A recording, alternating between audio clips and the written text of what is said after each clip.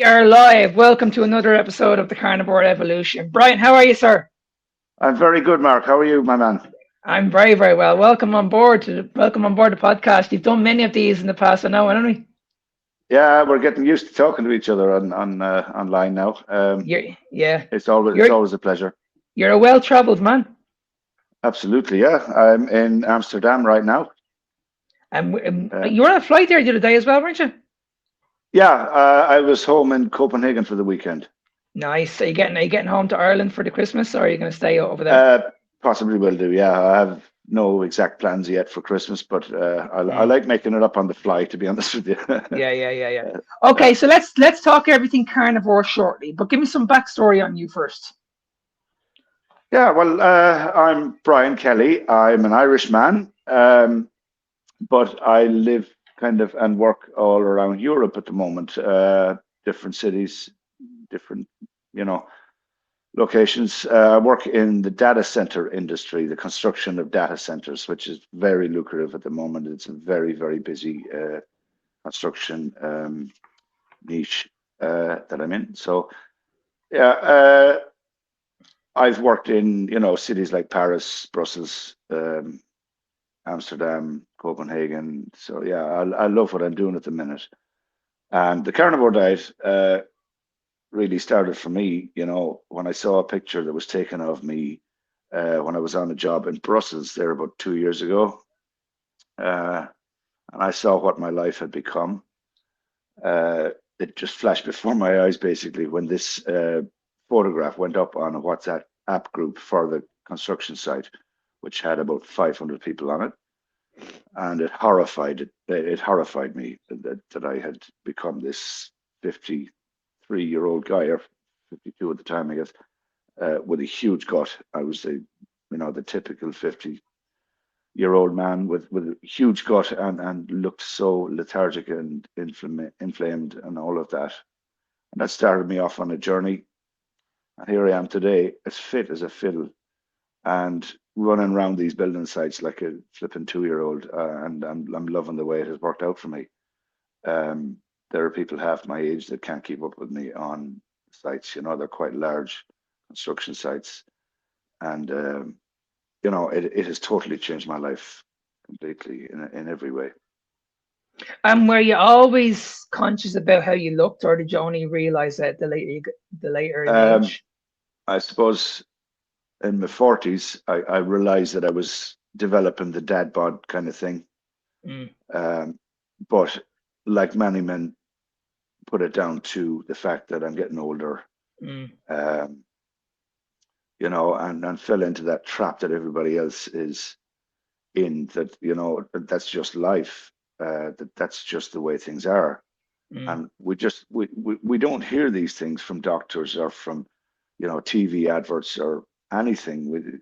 We're not educated in this. And this is why you and many people like you and me are trying to get this message across, is that mm, everything is down to diet, mm, absolutely everything. mm, I felt myself that I've aged backwards since I've done this. Every cell in my body is thanking me for doing what I've done. mm, Um, if you catch my drift, I mm. feel like I've been taken out of an old, wretched body and put into a brand new one. And that feeling alone is amazing. And now I'm doing my best to get my story out there, as we all are in this space, Mm. to try and help other people to do the same. And I'm looking at maybe putting together a program that I can roll out with these companies that do these data centers or any other big, construction work, because I see it around me all the time.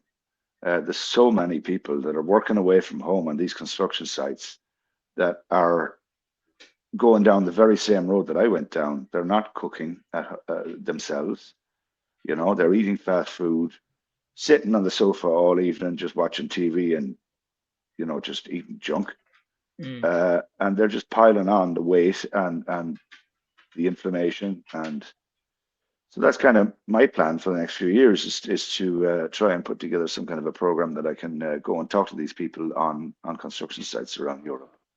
That's Yeah, my because they're that's my all the thing about people that working on the building sites, it's hard work. It really is. They're using up a lot of energy. exactly. And I don't know how long their lunch hours are. I think it's only like 30 minutes or an hour, but they don't want Mm, to go too far to travel. And what they're doing now is they're just buying like processed crap, and they're just sitting on the edge, or they're probably sitting in where they're actually working. And it's just like fast food, just like they're not even thinking about what they're eating. I see it all the time. Like exactly. when I'm walking down the Yeah. canal, they're building. As you know, they're building the hospital up near where I am. Yeah. And I Is that not see it finished all. yet? No, still not finished yet. But I see them all along the canal, just sitting on the canal. There must be about 50 of them, and they're all Yeah. sitting there with their rolls, their crisps, their sweets, all this rubbish. And I'm like, my God! And you can just see them. They're overweight. Every one of them. They're Yeah. severely overweight. And it's like, oh my God, there's definitely a market there. 100%. And like I Yeah. Well, don't that's you know more than I do. Like how many hours would these people do on an average day on these sites? oh yeah, 8 to 10 hours easily. Yeah, it's a long day. Yeah. It's a long day, and And when you you know. and when you and when you think about it, they're going early in the morning, they're Mm, working these long shifts, and then when they come home, they're just exhausted. They just want to exactly. have something that's really, really quick, and then probably just Exactly. go to bed. Yeah. Call Uber Eats or whatever. Stop at McDonald's on the way home. That kind of shit. Mm. And it's not nice. What's happening to these guys? You know, recently, where was I? In Groningen in the Netherlands. I was doing a job there. It was big Google place. And a guy collapsed on site with a heart attack. He was his exact same age as me. And I didn't see it happen, but I heard about it straight after. Uh, the first aiders on site kept him alive until the ambulance got there, and then he was taken away. And we found out 2 days later that he had died in the hospital. Oh And wow. that guy How old was was he?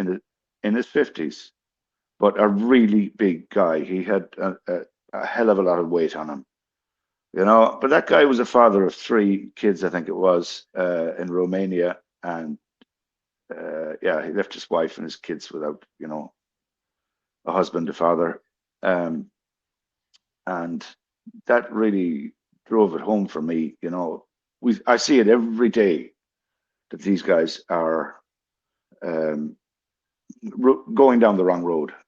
You Mm. know, and I was on that path, and I know how to get off that path, and I Mm. really want to start helping these guys. You know, And the, isn't the, it the, isn't it isn't it extremely sad that we're seeing heart attacks getting younger and younger now? It oh, used to be it's it used to be when you get into your 60s or 70s or 80s, but now exactly, we're seeing people as young as 40 years of age now that are having heart attacks. yeah, exactly, yeah.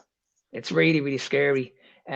So when you saw your picture like a couple of years ago, like what was the thought? Like what did you go straight into carnivore, straight into keto? Did you go into a low calorie diet? Like talk me through the process. What did you where did you go first? Right. Well, when I saw that photograph, hi Victoria. Hello. When I saw that photograph that was taken of me, well, it wasn't taken of me. I was just in the photograph, kind of thing. It was of a scene. But when I zoomed in and saw the huge belly I had on me, and you could see the inflammation in my face, and it really horrified me that I had become this guy with it. You know, I looked 9 months pregnant, Mark, to be honest with you. Um, when I saw that, I said, right, that was my why moment. I have to change something here. I cannot keep living like this. You know, something has to change. So I started researching and researching. Okay, a lot of it was on Instagram and different platforms, but started stumbling across people like what's her name, Barbara O'Neill. Oh yeah, she's vegan, isn't she? She is, yeah. But however, Barbara taught me about seed oils, for example, and she taught me about carbohydrates and that they turn to sugar. So I started on this path of cutting out processed foods, cutting out seed oils, uh, cutting down at least on carbohydrates and sugary drinks and all that kind of stuff went out of my life pretty quickly.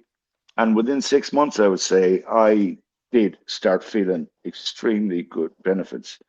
I did lose a lot of weight, quite a bit. also, I learned about intermittent fasting, and I started doing a lot more exercise, especially at the weekends when I'm off. I started doing really long walks, long brisk walks. So I started, thinking about movement a lot more.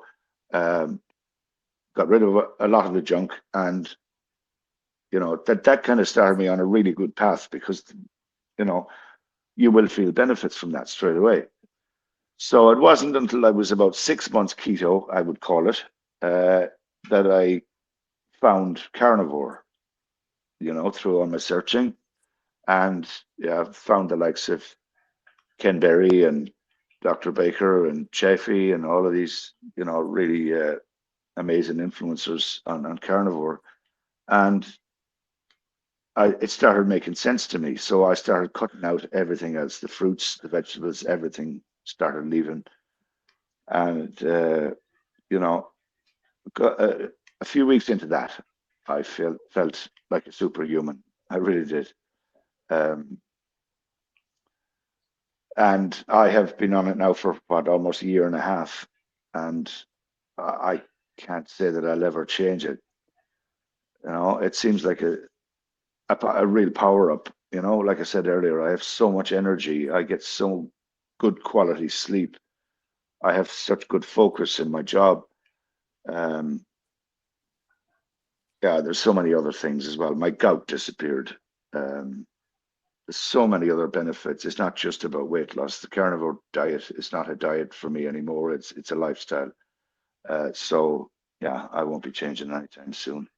Yeah, and it's great that Victoria's on because Victoria, you struggled with gout in the past as well, didn't you? Yes, yes, I was going to mention, I Yeah. know that Brian has had a problem with gout. I had it for years since I gave birth to my children, and Mm. it just would follow me even through keto. I had gout, but Yes, me too. first about the third month of carnivore, I had my last event, and it's been 6 years since then. So yeah, gone. Hmm. So what Yeah, same happened with here. you in gout? Yeah, what was your Yeah, gout same here. experience? Yeah, it did alleviate a little bit on keto, but it didn't disappear. Hmm. Um, yeah, I only noticed it completely leaving, I would say about a month, maybe 6 weeks into carnivore. I could feel that it was just disappearing. Mm, And that was the most amazing feeling, really, because when you're on your mm, feet all day, like I am, I'm a construction site Oh, manager. yes. I'm Yeah. I'm on the ground all day, and it was Mhm. just such a relief. Gout. Yes. And also, I've gotten rid of my sciatica, which is another thing, which is really, I was always afraid to bend over just in case I would, get Hmm. a flare up of sciatica again. Hmm. That's gone now completely. I haven't had it for, at least a year and a half.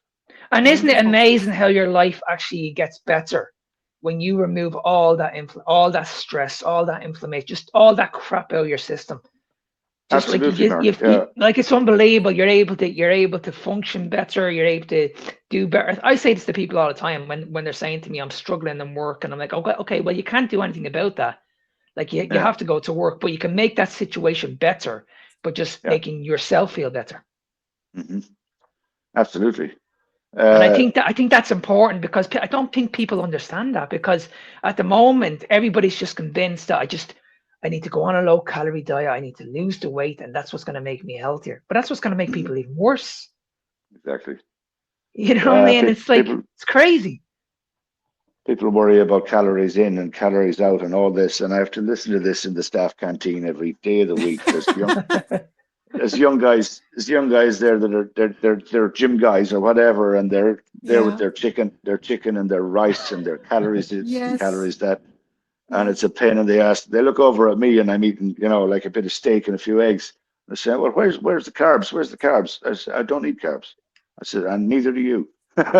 Yeah. But yeah, I won't say we argue. I tend to back away from these conversations when it gets a bit, Mm. you know, a So, bit too much. I yeah. can't let it affect my work life. So, You're yeah, fight. You're Well, fight. You're fighting a losing battle, Brian. I really. know, I know. What are Yeah, you eating on a regular basis nowadays, since you've been carnivore a uh, while? I tend to stick to. you know, ground beef, bacon, butter, eggs, the usual kind of thing. If I can find a bit of nice wild caught salmon, I will go for that. But it's not a regular thing. I have some prawns or whatever, a little bit of seafood. But basically, I'm strict carnivore completely now. Oh, good. Yeah, I mix and match. It depends on what I find locally. I do order in, like a meat box or whatever from a place that does it locally here in Amsterdam. And I get a few tomahawks, a few ribeyes, some ground beef from them, and that kind of does me for the month. Just add eggs and the other little things. Does it So, yeah. does it ever get bored in eating steak every day, Brian? No, not at all. Whoever said that is a fool. Yeah. Yeah, that's I can never understand that. I can never understand how people say it's so bland, it's so boring, and it's like, have you ever tried a steak with like different salts on it? Oh my God, unbelievable! Exactly, It's and unbelievable. like we always say in the space, Mark and Victoria, I mean, you don't eat for pleasure, Yes. and once you Yes. get your head around that, you're eating for fuel, and you're eating for nourishment. And once you get your head across that threshold and realize that that's what you're doing, it's not for pleasure, it's for nourishment, it's for energy, and it's for feeding your cells in your body. Once you get over that hurdle, you realize that I don't care if it's a steak I have every single day. If it makes me feel this way, then I'm going to keep doing it. I don't want any of your junk. So why do you feel people struggle then at the very, very beginning? They'll do it for like 3, 4, 5 weeks, and they're like, "No, I can't stick this. It's not sustainable." Why do you think that is?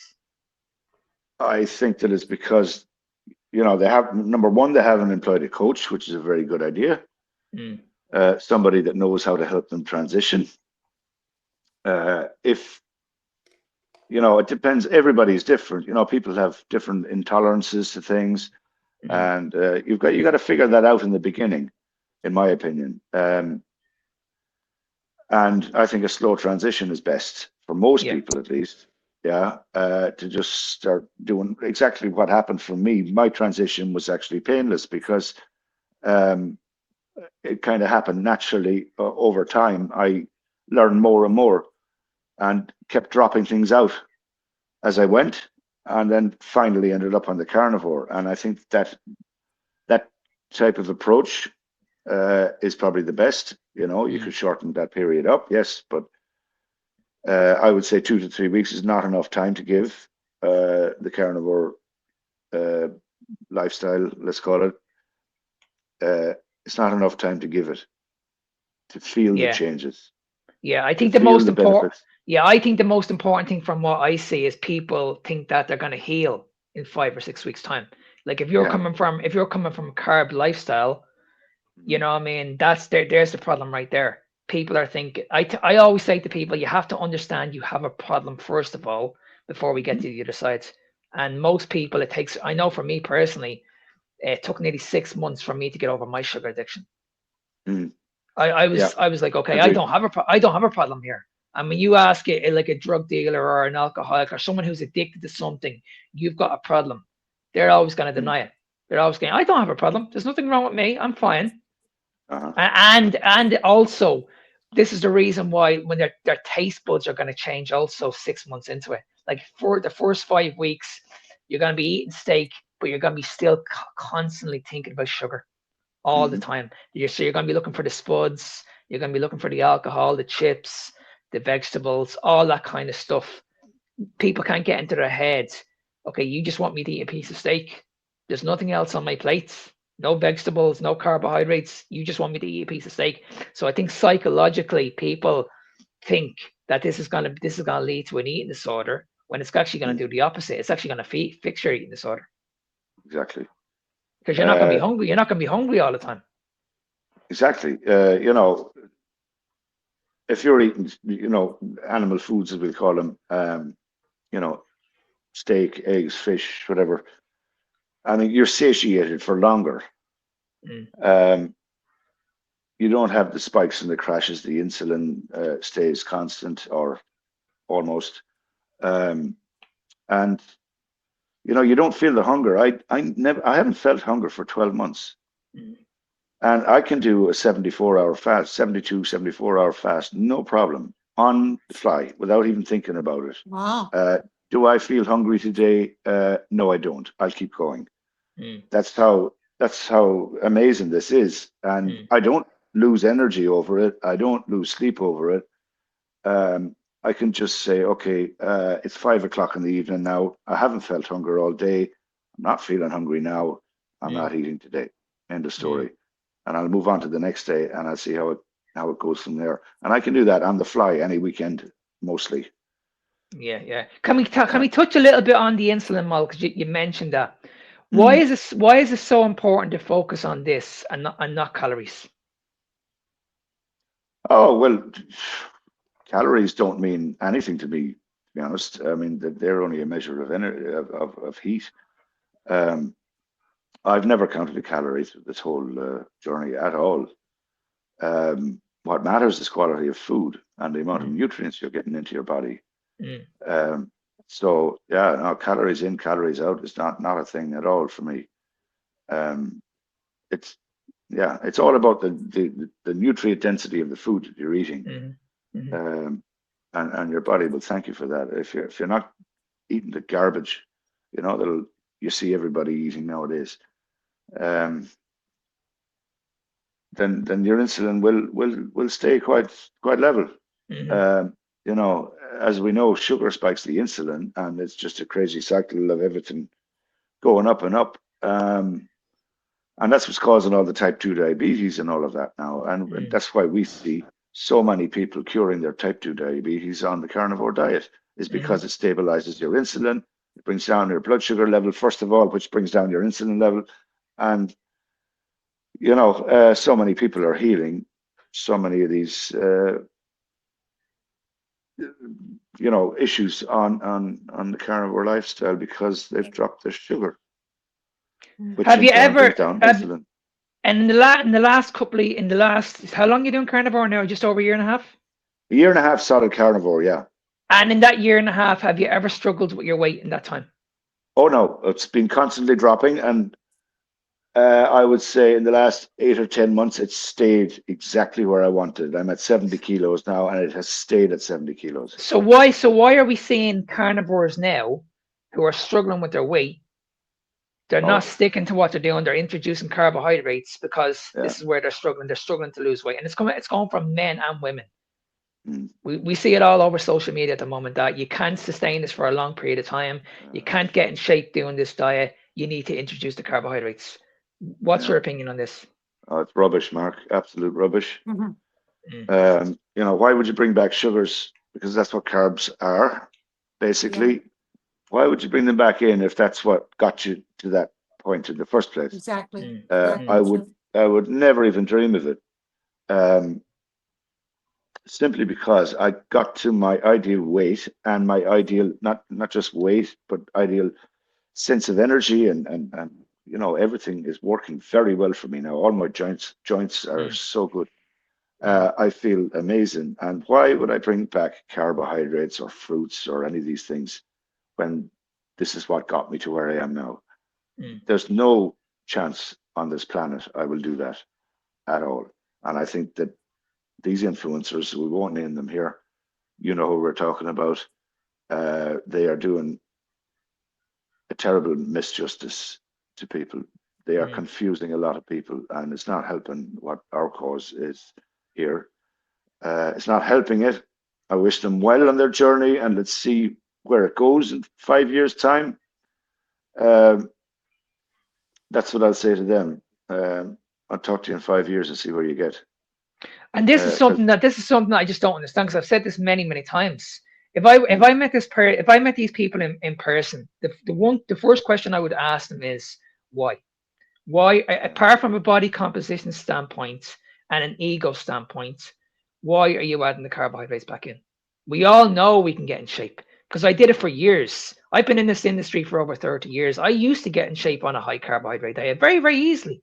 I could do it no problems. But how could, when I was feeling like crap, honestly, Brian, not one person in this country could tell me the reason why. And I went to I went to a few specialists and I said, listen, I'm in a bad way. My gut is not, my gut is not the best. My mental Mm. health is not the best. Like I should be able to figure this out because Mm. look at me. I look good. I have a six pack, but that means Mm. jack shit. It means jack Doesn't mean a shit. thing. Means nothing. And this This, is what's annoying me at the moment because these influencers now, if you go back into their pages and see what they're doing now, they've got before and after pictures all over their social media. mm, Have you noticed that? It's like, look at yeah, me. This is what I used to look like, and this is what I look like now. And that's where yeah, the money. That's where the money is. Yeah. exactly. That's why. That's Yeah, where people are jumping onto it. well, it was the 2 years of carnivore that got you there. You've only Yeah, just Yes. introduced Exactly. you've only yeah, just introduced the carbs back in. It was the carnivore diet that got you there, yeah. and that's what worries me. Is it's really confusing people.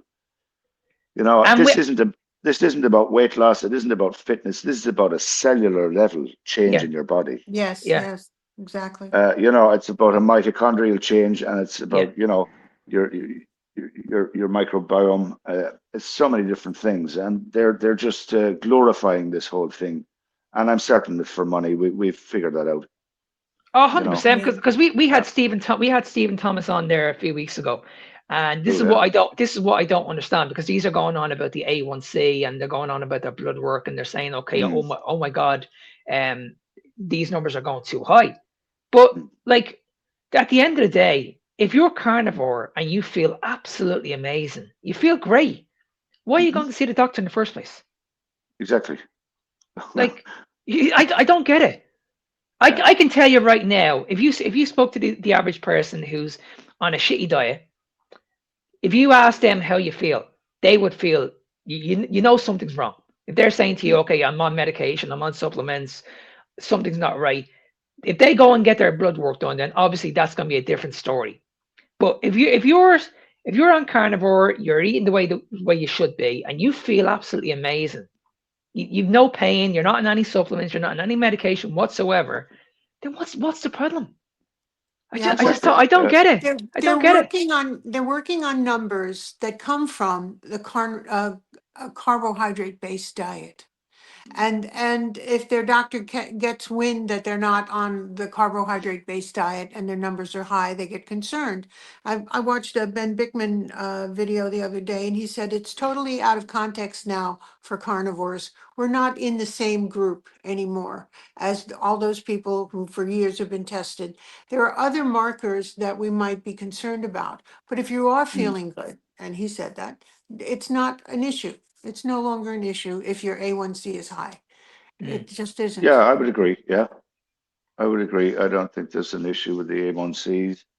I think that it's a whole lot of BS that they're making up. You know, they talk about dopamine Mhm. and all of these things as well. I mean, you know, I feel amazing. I don't know why Mm. anybody would do it. You know, I'm sprinting for God's sake again. You know, Mm. Right. Mm. I wasn't able to walk up a staircase 2 years Mm. ago without getting out of breath. And I don't know if you've noticed recently, I put up a post there of me sprinting, um, or as best I can sprint. But Mm. yeah, at the age of 53, I thought I'd never do that again in my lifetime. Mm. Mm. You know, I haven't done that Mm. for years, years and Mm. years. And But isn't it amazing that you're getting older and you're actually looking forward to getting older now, seeing what you can I am actually now. see. Now I have a whole plan ahead for the next 40 Yeah, years, you know. yeah, Whereas before I was thinking, oh, where am I going to spend my retirement? yeah, yeah, You know, yeah, but yeah, now I have plans 40 years Good. ahead. yeah, yeah. That's Yeah, that's great. You're not gonna end up in a wheelchair, Brian. absolutely not. Absolutely not, Mark. No, no, no. Yeah. No, You know, it's it's crazy. It's crazy when you see, you know, you walk through all our videos show hospitals and airports and all that kind of stuff. To see the amount of people that are walking around with these Zimmer frames on wheels now mm, and in wheelchairs and on these mobility scooters. I mean, that didn't exist 20 years ago, even. Yes. You Yes. know, that didn't exist. Um, it just seems to have gone crazy the last 20 years. And people, the inflammation and the obesity that we see nowadays, every day, everywhere. You know, it's not restricted to the US and it's not restricted to any country. Yeah, It's it's everywhere. true. Mm. It is It's everywhere. Like global. I fly around Europe a lot, as I said earlier, and every single airport is the same to me. All I see is people eating junk food and Mm. waddling around the place, or in Mhm. Zimmer frames, or wheelchairs, or whatever it may But be. like you even said, Brian, the support that you're meant to have when you go to the hospital, it's actually Mm. making it worse. Oh yeah. Like you see all the vending machines, you have all the cafeterias. It's all rubbish. There's no nutrition in there whatsoever. None. No, nothing. Like it, Nothing none. of any value. It's all just horrendous. You can't even sit down and have a proper meal.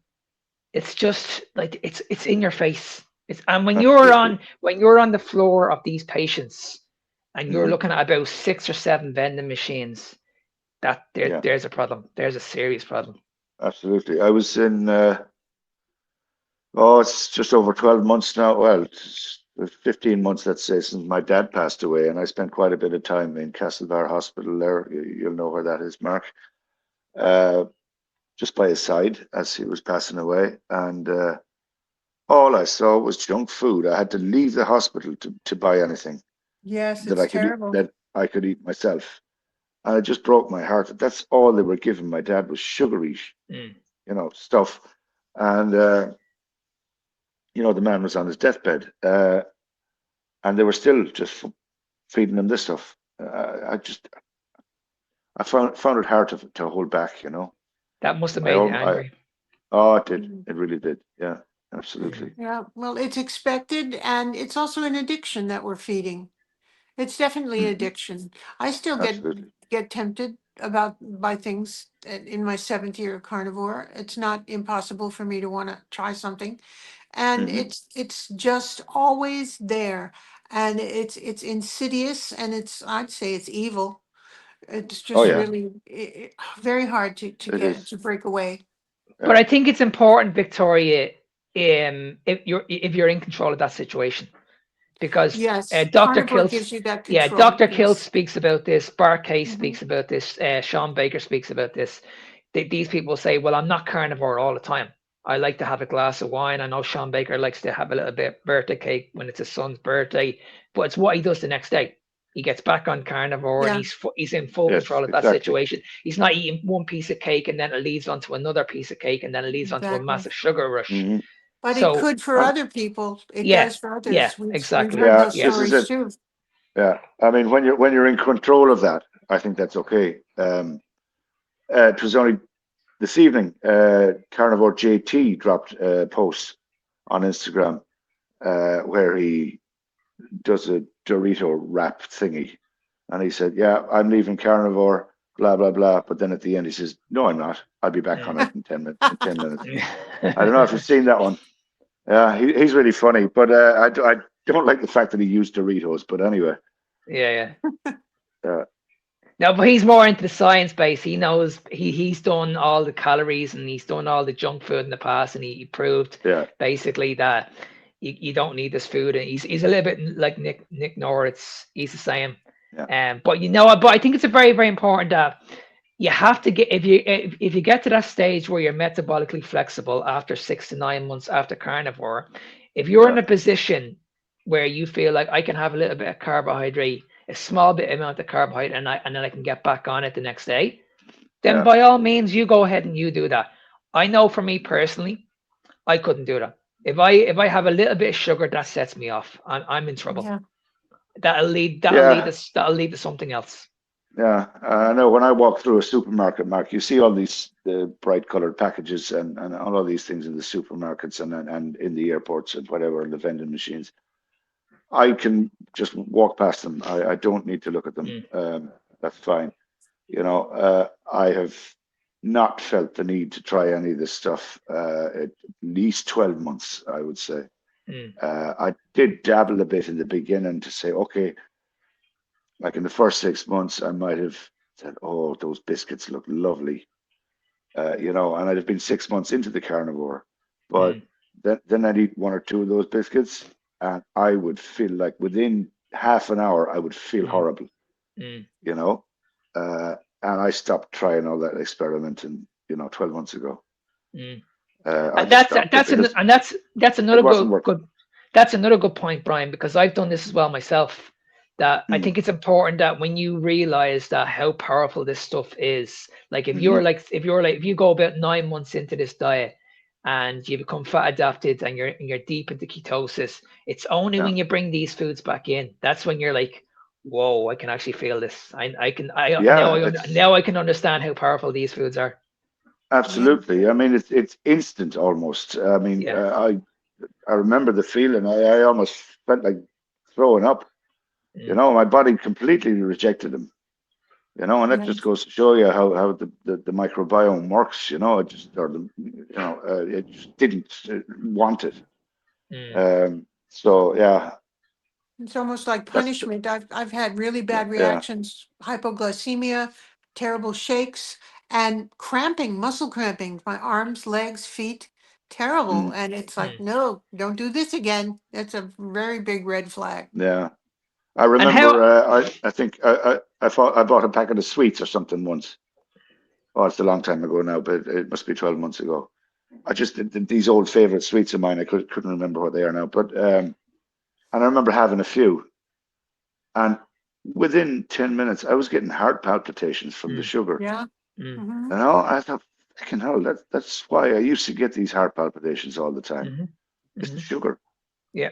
So I threw the rest of that packet away, and I haven't touched them since. But This happened to me. This happened to me last year.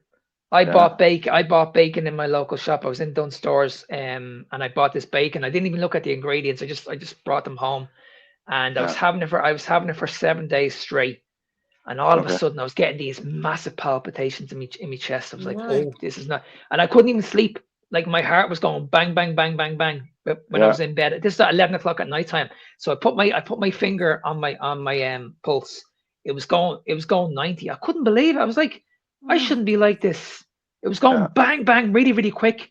So I was yeah, breathing heavy. I had to get up and I had to walk around and I had to sit down and meditate. My breathing was going really, really high. I was like, this is insane. And then when mm, I went in and checked the ingredients, the one ingredient that I should have noticed was dextrose. yeah, Oh, There was a lot of dextrose in it. oh, that's insidious. And I yeah, That's was like, awful. oh my God. Oh, I was Mm. yeah, like, oh my God, this is unbelievable. This shit is in our food. This is when it was a big, yeah, massive eyeball moment for me. I was like, oh my God, you guys have no idea how powerful this food is. Just because you see bacon and you might think yeah, it's healthy, you need to look at the fucking ingredients. Seriously. absolutely, yeah, People get used yeah, to that though. They over time, it's like taking a little bit of arsenic every day. Yeah. They take a little bit of sugar every day, and the symptoms even out. But really, we're being poisoned. That's hmm basically what is happening. absolutely, yeah, without doubt. How does the family think about it, Brian? Have you got your kids on it? How does your family think about the carnivore diet at the moment? Right. Well, I've two sons that are 18 and 22. This is from my previous marriage in Ireland. They are both, I would say, 95% on the carnivore side of things. They are Really, both very good. fit and healthy. Yeah. Um, I guess when they go home and eat with their mum, I would say that they probably stray off that a little bit just to keep her happy. But Mm, other than that, when they're away from home, it's steak and eggs. mm, Um, yeah, that's my two sons. Yeah, I'm proud of them. They really are making an effort. They saw the difference in me, mm. and they are 95% there. Let's say. Amazing. Amazing. I have a Wonderful. daughter in Denmark. She's 5. She's with her mum there, and she, yeah, she's not carnivore. She's too small to influence, Mm. and her mum is a bit difficult to get across to. Um, so yeah, I have to deal with that a little bit later. I'll fix her later. Mm. You know. Mm. Do you think there's gonna She be is aware.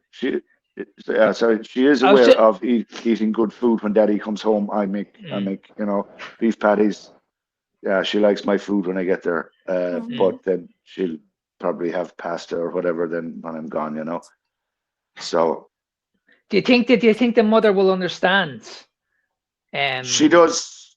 she does get it. She can see the difference in me. She follows my Instagram, and she does know it. And she's actually 90% carnivore herself because of Good. it. Oh, And that's good.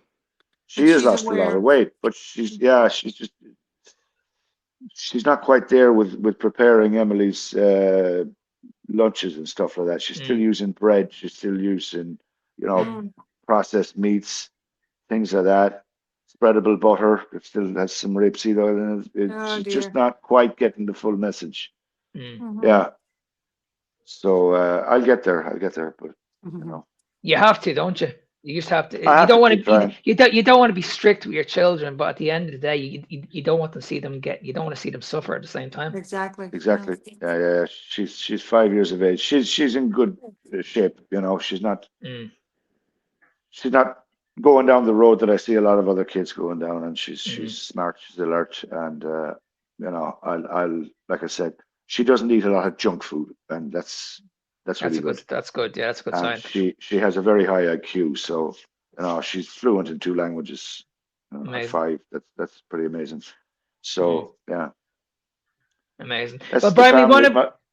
Yeah. We want to be respectful of your time. But before I let you go, I need to ask you if anybody's listening to this and that's in a similar situation like you, who's really, really struggling with their weight. They're probably working on a building site. They just don't know what to do. They haven't got time to go to the gym. They haven't got time to cook. Anything like that. What would you say to these people? I would say reach out to somebody, try and find a coach. There's a lot of us online now. Well, I haven't started coaching myself yet, but I can point you in the right direction of somebody, that is, such as yourself, Mark. Um, and, reach out to somebody because, yeah, you need to be shown these things. You know what I'm saying? It takes time to come off the habits that you've been on for a long time. You need to start cooking real food and ditching the processed foods, the sugary drinks, the monsters, all of these things, um, and just start thinking about the rest of your life because it is important. You Mm, know, mm. that's what I would And say. where can people go to find you, Brian? Well, at the moment, I'm the hunter-gatherer mindset on Instagram. As you know, that's pretty much my only social media page at the moment. Yeah. Uh, I just have too much going on. I can't keep up with all these other platforms. So I'm happy to just stick with one for now. Let's see how things go in the future. So yeah, hunter-gatherer mindset, all one word, on Instagram. And as you both know, I'm also an administrator for the carnivore community. Mm-hmm. We do a lot of talking as well, and we have some special guests on quite a lot. So yeah, we have big plans ahead. Yeah, in admin, we have some really nice stuff to come, hopefully. Mm. But we can't do it all at once. Yeah, no, it's been Um, amazing. It's been amazing since like yeah, how you guys have set it from the beginning to where it is now. It's a credit it's to you guys. just exploding. Yeah, it's really cool. How many So members have you yeah, gotten there now at the moment? well, there's only 25 members in the core group. We keep that small. Yeah. That's the core members, and both of you are core members, uh, including myself. And we keep it small, but we support each other very much, and we invite some people drop in and out, but we keep it at that, about 25. But then we have a new group called the Village, Mm-hmm. TCCW Village, which anybody can join, and that's around 100 people at the moment Wow. have Wow. joined in there. Yeah, there's about 100 on that. We intend to grow that as far and as wide as possible. Mm-hmm. And people are helping each other out so much. Mm-hmm. There are coaches that have just become coaches and they're trying their skills with people that have problems and they've just become carnivore. And it's amazing to watch the chat. Now, I can't watch it all day, every day, but I drop in sometimes. And to see what's going on in there is amazing. Mm-hmm. And, if anybody wants to join that, it's free to join. We'll have a link on our page soon. Yeah, So, because I yeah. think this is what's important. These support groups are very important, aren't they? 100%, Mark. I know we have a girl in there from Turkey. She had no one to reach out to, and I found her and brought her into that group, and she is loving it. She's a girl that suffered from anorexia. Oh, I know her. Yeah. What's her name? Because I want to get her on the podcast. What's her name?